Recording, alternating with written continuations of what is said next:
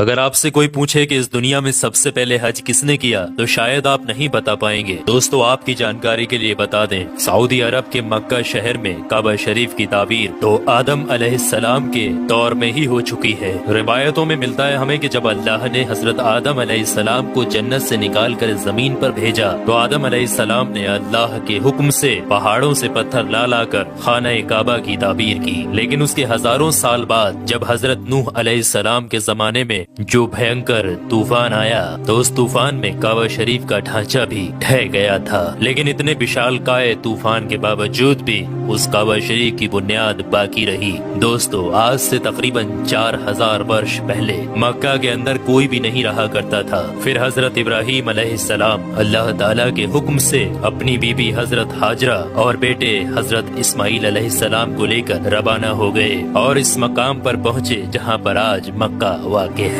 اس دور میں وہاں پر نہ کوئی عمارت تھی، نہ پانی، اور نہ ہی یہاں پر کوئی رہا کرتا تھا۔ درختوں کے نام پر صرف ببول وغیرہ کی جھاڑیاں ہوا کرتی تھی۔ حضرت ابراہیم علیہ السلام نے بیوی اور بچوں دونوں کو یہاں بیٹھا دیا، تھوڑا سا پانی اور کھجوروں کو بھی پاس میں رکھ دیا، اور پھر آپ علیہ السلام شام کی طرف چلے گئے۔ حضرت ابراہیم علیہ السلام دوسری بار جب مکہ شریف آئے تو قیام نہ کیا، لیکن جب تیسری بار تشریف لائے تو حضرت اسماعیل علیہ السلام سے فرمایا کہ بیٹا، اللہ تعالیٰ نے مجھے ایک حکم دیا ہے۔ تو حضرت اسماعیل علیہ السلام نے کہا تو اطاعت کیجیے۔ تو حضرت ابراہیم علیہ السلام نے کہا کہ اللہ تعالیٰ نے مجھے حکم دیا ہے کہ یہاں پر ایک گھر بناؤ۔ گھر کی تعمیر شروع ہو گئی۔ حضرت اسماعیل علیہ السلام پتھر لاتے جاتے اور حضرت ابراہیم علیہ السلام بناتے جاتے تھے۔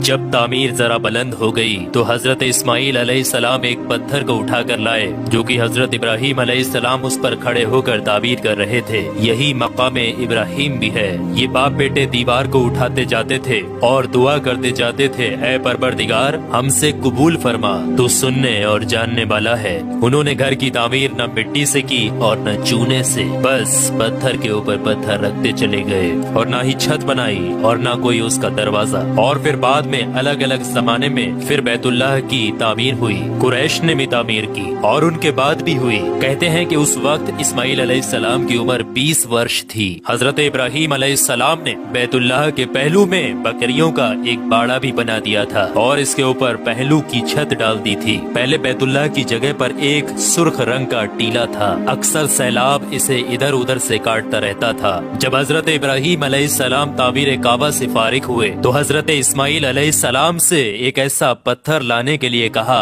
جو طواف کی شروعات کے لیے نشانی کے طور پر استعمال کیا جانا تھا۔ یہ پتھر حضرت جبرائیل علیہ السلام ابو قبیس کی پہاڑیوں سے